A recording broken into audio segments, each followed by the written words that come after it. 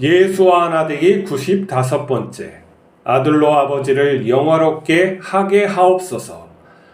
요한복음 17장 1절. 예수께서 이 말씀을 하시고 눈을 들어 하늘을 우러러 이르시되 아버지여 때가 이르렀사오니 아들을 영화롭게 하사 아들로 아버지를 영화롭게 하게 하옵소서. 인간은 진리이신 하나님과 동행하지 않으면 죄를 지을 수밖에 없습니다. 생명이신 하나님을 떠나면 죽을 수밖에 없습니다.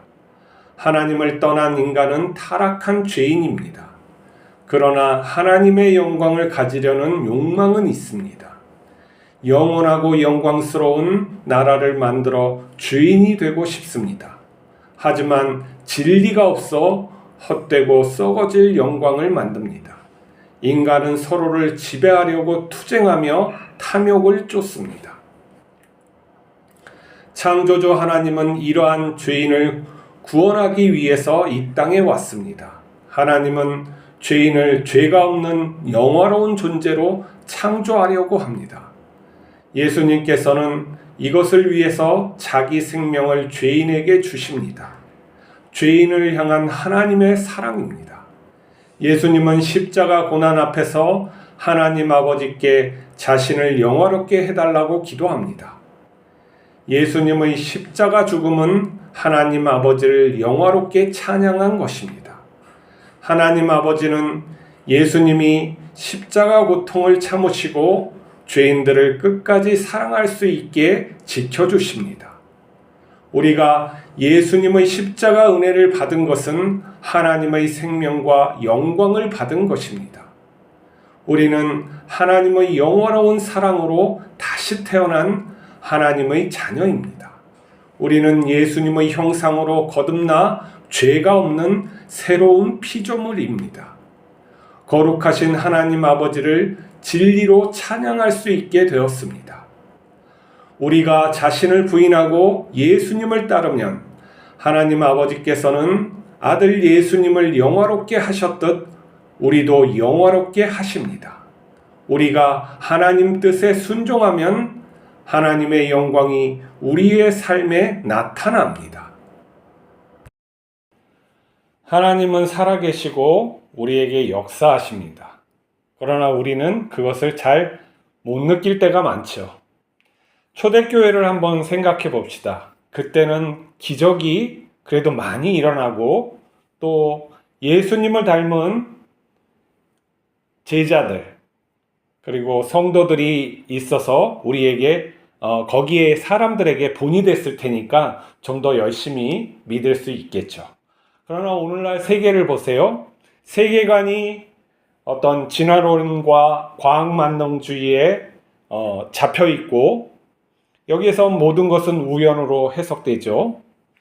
또 하나는 물질주의에 잡혀 있어서 또 물질이 모든 것을 해결해 줄 것 같은 그러한 마음을 우리에게 주죠. 그렇다고 또 교회에 나가면 기적이 일어나나요? 이 기적을 볼 수가 없어요. 요즘에는. 그리고 우리가 흠모할 성도들이나 아니면 목사님이 거룩해서 우리가 너무나도 좋게 보고 또 본을 받으려고 그러는 사람이 얼마나 될까요? 목사님들이나 뭐 장로님들을 존경할 만한 분들이 적고 그 외로 아예 비난을 하는 세상 사람들에게 비난을 받을 수밖에 없는 행동을 하는 사람이 많으니까 점점 신앙생활을 하는 것이 어렵죠. 왜 그럴까요? 그들을 보니까 그런 거죠. 우리는 누구를 봐야 합니까? 예수 그리스도를 봐야 되죠. 예수님을 통해서 하나님을 보는 겁니다. 하나님을 보는 것은 예수 그리스도를 보는 거죠. 우리의 시각이 세상에 있지 않고 예수님께 있어야 돼요. 하나님께 중심을 두고 해야 돼요. 세상에 어떠한 소리를 해도 그것이 확정적인 게 아니에요. 과학이라고 해서 어떤 진리를 갖다가 뚜렷하게 말하는 그런 것이 아니에요. 과학은 한계가 있어요. 어떤 진리라는 거에 다가가려고 하는 인간이 찾아낸 바람직한 하나의 방법이지만 그 진리는 아니에요. 그 진리에 다가가려고 합니다. 그 진리가 하나님이라면 다가가려고 하기 때문에 우리가 무시하지 않고 해야 되지만 그것이 말하는 게 다 진리일 수는 없어요. 우리가 다스려야 할 필요가 있죠.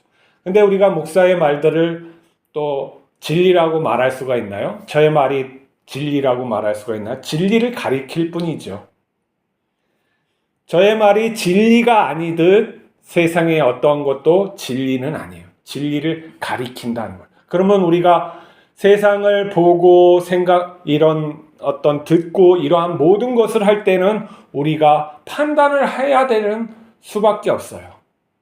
내 스스로 이것이 옳고 그른지 판단을 해야지 내가 말하는 것을 그대로 믿어서는 안 되는 거죠. 물론 인간적인 관계, 그 사람의 말, 그리고 그 사람의 행동을 통해서 그 사람이 나타내는 어떠한 것들을 통해서 그 사람이 옳은 얘기를, 바른 얘기를 하고 있다, 이렇게 믿을 수는 있어요.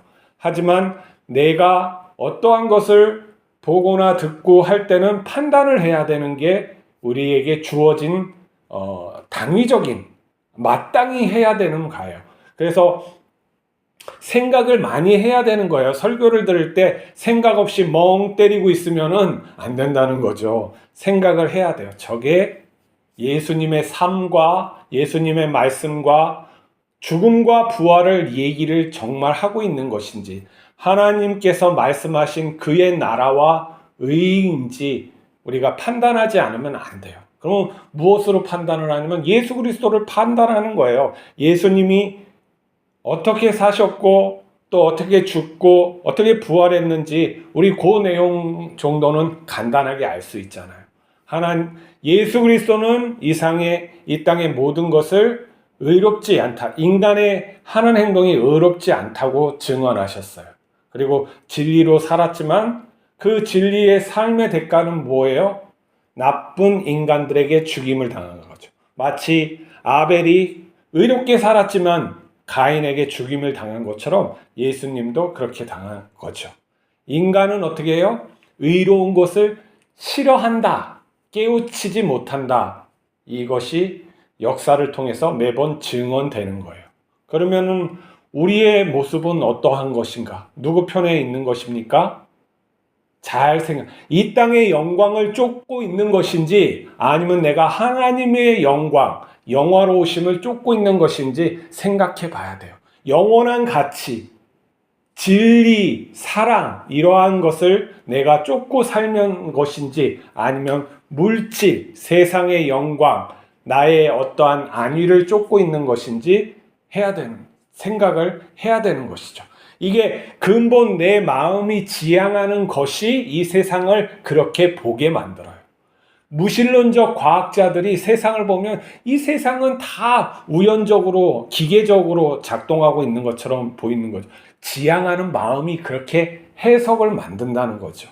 그렇지만 유신론적 과학자들이 보면 이 세상의 모든 것들은 하나님이 창조하지 않으면 있을 수 없다는 것을 증언하게 되는 거예요. 내 마음이 어떤 것을 지향하고 있는지, 무엇을 믿고 있는지가 이 세계를 바라보는 그 해석을 가진다. 내가 그것을 이해하게 만든다 하는 거예요. 내가 아무것도 없이 그것을 갖다가 해석할 수는 없는 것이거든요. 그러니까 신이 될 수 있다는 생각을 가지고 돌을 닦는 사람과 신이 될 수 없다는 걸 가지고 수행을 하는 사람하고는 다르겠죠. 신에게 도움을 구하는 자와 또 자기가 스스로 신을 극복하고 자기 스스로 신이 되려고 하는 자와 관계가 다르겠죠.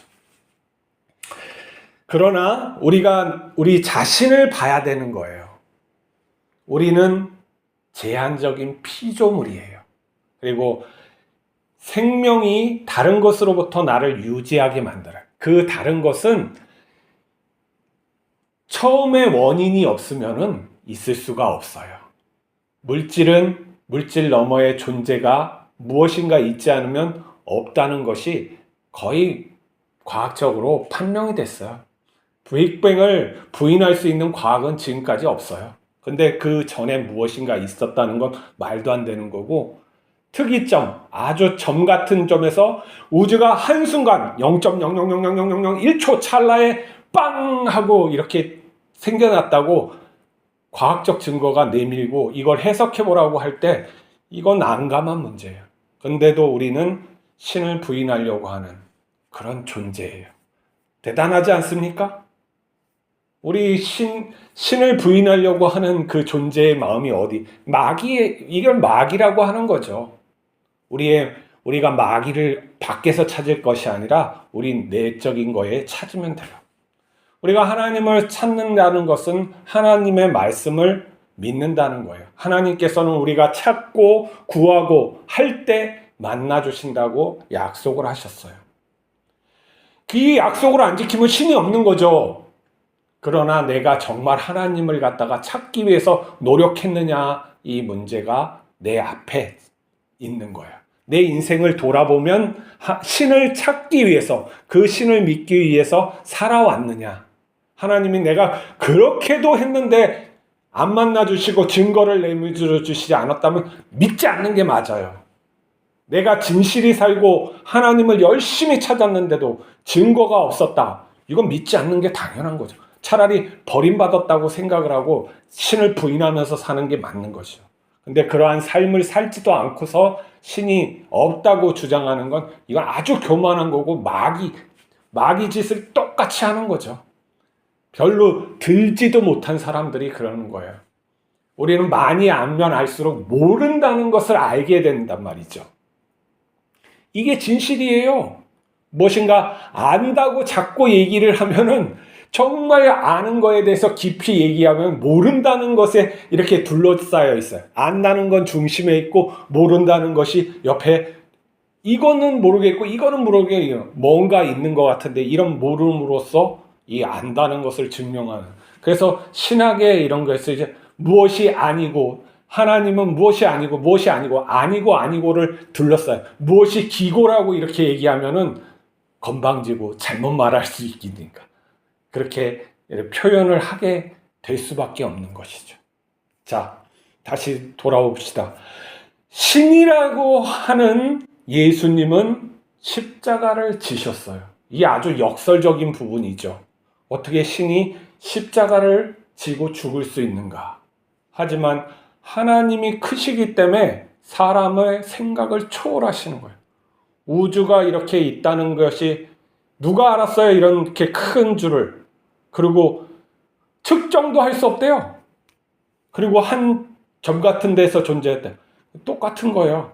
신이 와서 십자가에서 죽을 줄 누가 알았어요? 똑같은 거예요. 우리는 이해할 수 없는 것을 이해하려고 자꾸 드는 것이죠. 그렇지만 이해를 포기해서는 안 돼요. 하나님을 알고 자기를 포기해서는 안 돼요. 하나님이 자신을 알게 해주시기 때문에 그래요. 그러면은 하나님을 알려고 그렇게 하려는 마음은 최소한 나에게 있어야 되죠. 오늘의 내 삶이 하나님을 알고 또 동행하려고 하는 그런 지향적인 중심의 그러한 삶이 내 중심에 있는지 이걸 봐야 되고, 내 삶이 그러한 삶으로 하루를 살면은 족한 거예요. 이것이 쌓여지면은 깊어지고 넓어지고 정말 내가 모르는 게 너무 많다는 것을 알게 돼서 하나님 앞에 고개를 숙일 수 있는 것이죠. 하나님은 너무도 크셔서 우리 작은 부분에 우리가 보여줘도 충격을 받는 거예요. 하나님은 신비로우세요. 그래서 예수님께서 하나님은 나보다 크시다, 아버지는 나보다 크시다 이렇게 해서 제한을 두신 거예요.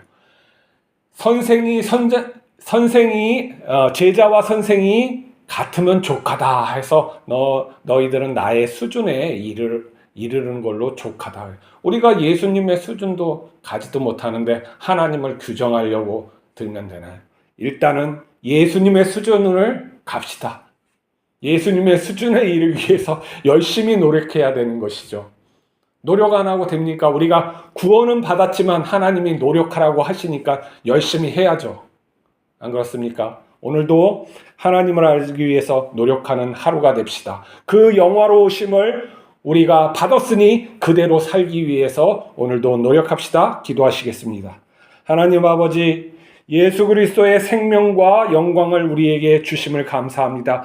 그것을 주시기 위해서 하나님께서 사람의 몸을 이끌고 이 땅에 오시고 십자가에 죽으셔서 인간을 위해서 모든 것을 내어주셨음을 우리가 믿습니다. 우리의 믿음을 더하여 주시옵소서. 우리를 진실케 하여 주시옵시고 예수님 닮게 하여 주시옵소서. 우리가 영화로운 존재로서 합당한 영광을 하나님께 올려드리게 역사하여 주시옵소서. 불쌍히 여기소서. 우리 주 예수 그리스도 이름으로 기도하옵나이다. 아멘.